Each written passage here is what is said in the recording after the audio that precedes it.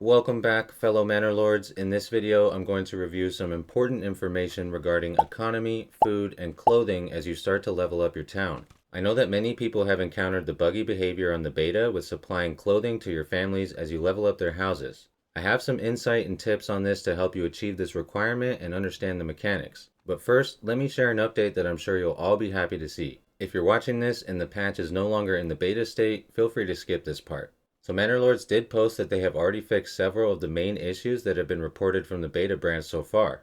We don't have access to these fixes yet. This is just a confirmation that they've made these changes internally. But this does include the clothing issue among a few others. Now just to clarify, the issue that is currently on the beta branch is simply that the consumption rate of the clothes is too high. According to information that they shared, it is currently being consumed every 30 days, so it feels like the clothing is basically just disappearing. But it's really just being consumed at a drastically high rate, which is incorrect. This will be adjusted so that your families will consume the clothing significantly less, and it will be much more realistic to keep up with the growing demands. Now, with all that being said, I have some more strategy tips and information to share about providing clothing with the new updates in general, regardless of the status of the beta. I did a bit more reviewing, testing, and comparisons, so here we go. I'm on the town here, which I built up on my latest walkthrough video. If you'd like to see the process of everything up until this point, check that out right here on my channel. It's also jam-packed with additional information as well. But for perspective, this town is currently at the large village settlement level. Just to show you guys, we have 5 houses that are at level 2 or higher currently. So they are consuming the clothing right now. Hover over the commodities tab for you and you can see they are consuming the clothing right now, but we do still have some in stock and we're keeping up with it, even though it is at the ridiculously increased rate currently. Now, I just want to help you guys out with some tips and information on how you can keep up with this demand, or even if you're not interested in trying to keep up with the current demand because it is technically broken and incorrect, if you're just waiting for it to get fixed on the patch. Maybe it's already fixed on the patch by the time you're watching this video, hopefully. But if you're watching it right away and the beta is still currently bugged with those increased rates, you will still be able to keep up with everything, at least to an extent, with some of this information I want to help you out with here, guys. So first and foremost, the main thing that we're going to look at here is livestock. So livestock is just absolutely amazing, guys. So first and foremost, just to reiterate, livestock right now, partially, one of the big reasons why they are so good now and moving forward is the fact that beforehand in the development tree, which has been completely revamped now, there was a development point for sheep breeding, which you had to unlock in order to get your sheep to start to naturally reproduce. Now that happens standard. You don't have to spend a development point on it. Your sheep just reproduce, and the rate is pretty strong. So I'll hover over the livestock tab here for you guys to check out.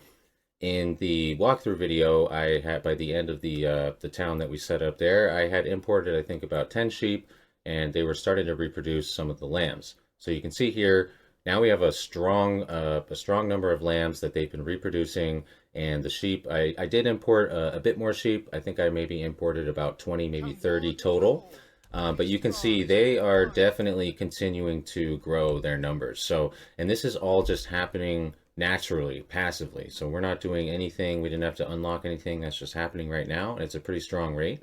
So we will turn on, I have a butcher shop over here ready. We'll turn that on in a bit and we'll get a little bit more perspective with the butcher shop and the slaughtering rates and all that kind of stuff. I'm not going to get, too detailed with that hard data here right now, but just want to show you guys the benefits of livestock because there are layered benefits. There's multiple benefits. So benefit number 1 is going to be that your livestock, the sheep, passively produce wool.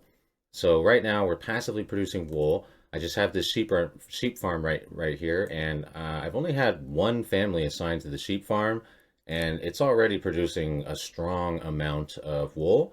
And then we have our weaver's workshop right over here, and we're turning the wool into yarn. So this is producing so much wool and yarn just easily, and we only have 2 families assigned to this. We're producing so much that we're even selling excess in trade. So as you can see, we are producing clothing. I'll show you a bit more about that. We'll look at the tailor shop here in a sec, but just want to show you guys, once again, the multiple benefit layers of having livestock and investing in livestock. If we go to our records tab here, to the trade tab, and let's go to exports, and let's look at like the last year, for example, last 365 days, we can see we have sold 134 yarn and we've gained 536 regional wealth. So that's pretty strong, you know. So we are not only able to supply the clothing, and then I'll show you a bit more about, you know, we'll be able to also supply food and hides for another set of clothing requirements when we check out the butchering. But we're already seeing profits from the yarn, and we're supplying our town with clothing already. And we only have two families assigned, one at the, like I said, one at the sheep farm and one at the weaver's workshop. So very low labor cost, and we're getting multiple benefits already. That being said, we did have to invest in the sheep. So if we go to all time, it looks like here's the number right here. So I did import 26 sheep in total. And I spent 780 regional wealth on importing 26 sheep. But you can see that we've already nearly gotten our investment back just by selling yarn that we're passively producing, and we've been providing the clothing all the while. And our sheep have been reproducing. As you can see, obviously, we only imported 26 sheep. We're up to a total of 82 between sheep and lambs. So you can see how much they've been reproducing. I think there hasn't really been too much time that I've let go by between the end of the last video and then starting up this one. So I'd say that's probably within a year's time or less. So the production rate is pretty strong. Now, regarding economy, you do of course need to have trade going in order to import these sheep into your town. Obviously, they're not free. So you do need to get trade and economy going. Obviously, regardless, you want to have trade and economy going just in general. But now, you know, just to stress a little more importance of getting trade going maybe a little bit earlier, because the earlier that you start to invest in the livestock and get their natural reproduction cycle going, then the sooner you'll be able to have a self-sustaining setup of livestock that are providing you with all these multiple benefits, right? So I really think that's worthwhile. One of the main things to think about now, basically in any setup. And just a couple quick notes on economy here, because, you know, once again, this is a component to this whole setup here, is that you do need to obviously spend the money and invest on, you know, getting those livestock in. As I showed you, we did spend, you know, a chunk of regional wealth here. But as we can see, if we go to all time, really our economy is being heavily driven by charcoal. And if you've watched any of my videos before in the past, even before the updates, charcoal is something that I've always harped on as such a very strong economy tool to utilize for your town. I still highly recommend charcoal. So this is mainly driving our economy right now. Charcoal is another one of those things that does not require a development point anymore, and it did before, and you still get very high profits unlocking the major trade route for it. If you get it first, is only 30 regional wealth. It's very cheap. So I recommend setting this up first, and then that will get you the income that you need to start importing livestock. Then once you have the livestock coming in, then you can start selling yarn, providing your town with clothing. The benefits will start to rack up, and then you're not going to have any problems with, you know, economy or any of the other stuff from that point. Now we'll take a look at the other main use for yarn, which is going to our tailor shop right here. And this is just a housing extension that we put onto a level 2 house right here, tailor shop. If we go to the advanced tab, we'll see we have a production going on of clothing, and these are the options for you to supply clothing to your town. You have the options to produce clothes from yarn or from linen. So obviously, as you can see here, one yarn creating one clothes. That is extremely easy to keep up with if you have a decent supply of livestock. As I just showed you guys, I mean, we have plenty of yarn in the town. For my trade, I set it as a export, keep a surplus in the town of 80. So we always have 80 yarn around. You could set that at whatever number you want. I just set it at 80. And so we always have a supply of yarn around in the town, meaning that they always have what they need to continuously produce clothing. And it's only, once again, one yarn for one clothes. That's really easy to keep up with. So we're producing that really easily. And now the other option is to produce shoes, which would be from a cobbler shop. So we'll go ahead and just level up we have another level 2 housing area over here, and we'll upgrade this to a cobbler's workshop. And I'll show you guys a bit more about how we can integrate our livestock into creating shoes as well and have even more benefits. So I have a butcher shop set up over here. If we just go to our butcher shop and go to the advanced tab, we're just going to go to this one right here, production focused mutton. This is what tells them to slaughter the animals and turn them into mutton and hides.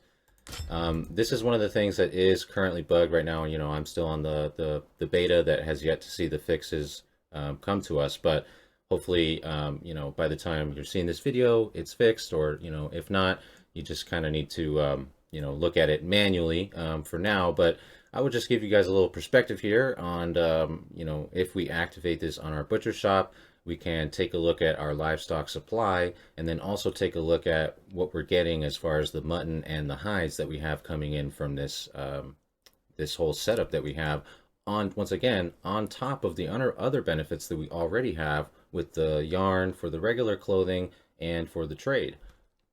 All right, so we do have this butcher shop rolling. As we can see, they are going and getting animals, and they've been slaughtering them for a little bit here. So if we hover over our food, we can see we do have a decent supply of mutton coming in now. But more importantly, if we go over to our crafting materials, we can see now we also have hides coming in, which I'm sure, as you've noticed, hides are different from pelts, which, pelts are what you get from just the regular hunting. And previously, you could turn those into leather and supply that as a clothing requirement. But that no longer works in two ways. First of all, pelts cannot be turned into leather. And secondly, leather cannot be used as a clothing demand. It needs to actually be turned into either shoes or, in your other alternative, which is to turn yarn or linen into clothing. So you cannot use the materials anymore for satisfying the clothing requirements. You need to actually craft them into the final clothing product. Which, just to illustrate even further here, if we go to the residential tab of this level 2 house, we can see they do have their clothing demands satisfied here. And once again, that is just being supplied from the clothes that we're producing from the yarn from our livestock.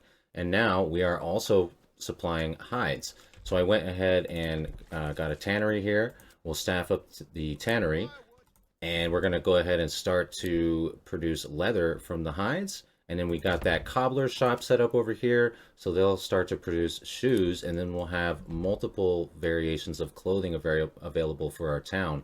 And once again, I only have 5 level 2 or higher plots right now that are consuming the clothing, but as you can see, I mean, we are keeping up with it. It's not disappearing or anything. We are just actually keeping up with the increased level of demand. And to further illustrate this, as we've got this going on, I'm going to skip ahead a little bit. And I did set up at the trading post to go ahead and import just a little bit of ale and a little bit of either fruits or animal produce, which would be either eggs or milk, which right now we pretty much only have access to eggs. But I got a little bit of that coming in from the trading post. Looks like we just made a purchase right there. If we hover over, see we have quinces now. So they'll probably get their fruit. And then we also see we bought a little bit of ale here too. So these requirements will probably be satisfied pretty soon here, and then we can upgrade even to a couple of level 3 houses just to show you guys that it is possible. And once again, if you're able to do it on these drastic rates of consumption and everything, then it's going to be really easy once the actual fixes and everything drop. All right, so if we go ahead and select one of our level 2 houses now, like I said, I imported some of the ale and the third food category here just because we have a really strong trade going on, a really strong economy, basically driven by, like I mentioned earlier, charcoal and yarn. And just to reiterate, guys, charcoal and yarn, as far as trade, these are things that are available to any region. You don't need any sort of specific resource deposit or any sort of regional setup specifically to be able to achieve that. So I'm going to go ahead and process a few level 3 housing upgrades here, and we'll reach the next settlement level just to show you guys that's a thing, and show you guys a little bit more insight onto how we achieved everything here and see it all come together. But hopefully you guys can get some good information from this video. Hopefully it helped you out. Like I said, these techniques are pretty much something that you can apply in any playthrough, so I really highly recommend get your economy set up, get charcoal going, start selling charcoal, get some income, start importing livestock, and then the dominoes go from there. You know what I mean? So once again, I just went ahead and spent a little bit of my extra economy power to import ale and third variety of food.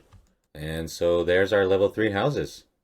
And before we wrap up this video, quick update on our livestock situation here. Since we've been having the butcher shop assigned to slaughtering the animals for the last couple of months now, you can see the supply is slowly dwindling, so you will need more than 100. We had roughly about 80 to 90 sheep and lambs when we started there. So you probably need, I assume, maybe about double that, somewhere in the 150 to 200 range. Once again, I'll have more specific data and hard numbers to give to you in the near future, but for now, hopefully this gives you a good look at all the uses with livestock.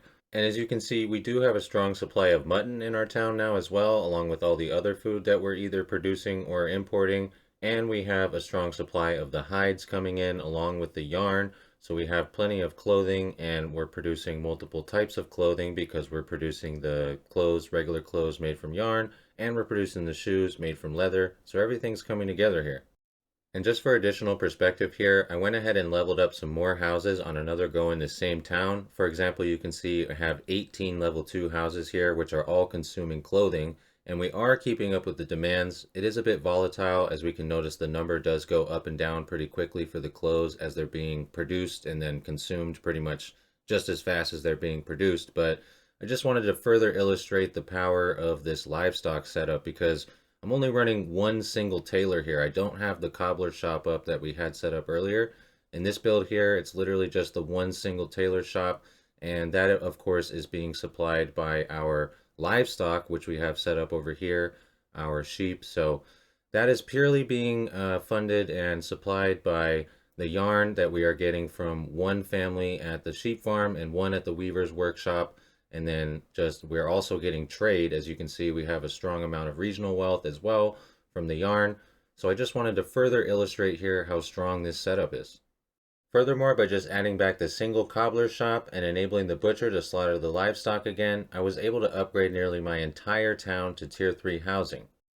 Well, thank you guys so much for watching. Like I said, I hope this was a helpful video to you, and I really appreciate all the support as I'm growing my channel here. Let me know in the comments if you have any feedback or questions or anything. I've been trying to cover all of the updates and information and everything as best as I can and reply to everyone in the comments as best as possible. So let me know, guys, and once again, I really appreciate it, and I hope to see you in the next video, fellow Manor Lords. Thank you so much for watching. Peace out for now.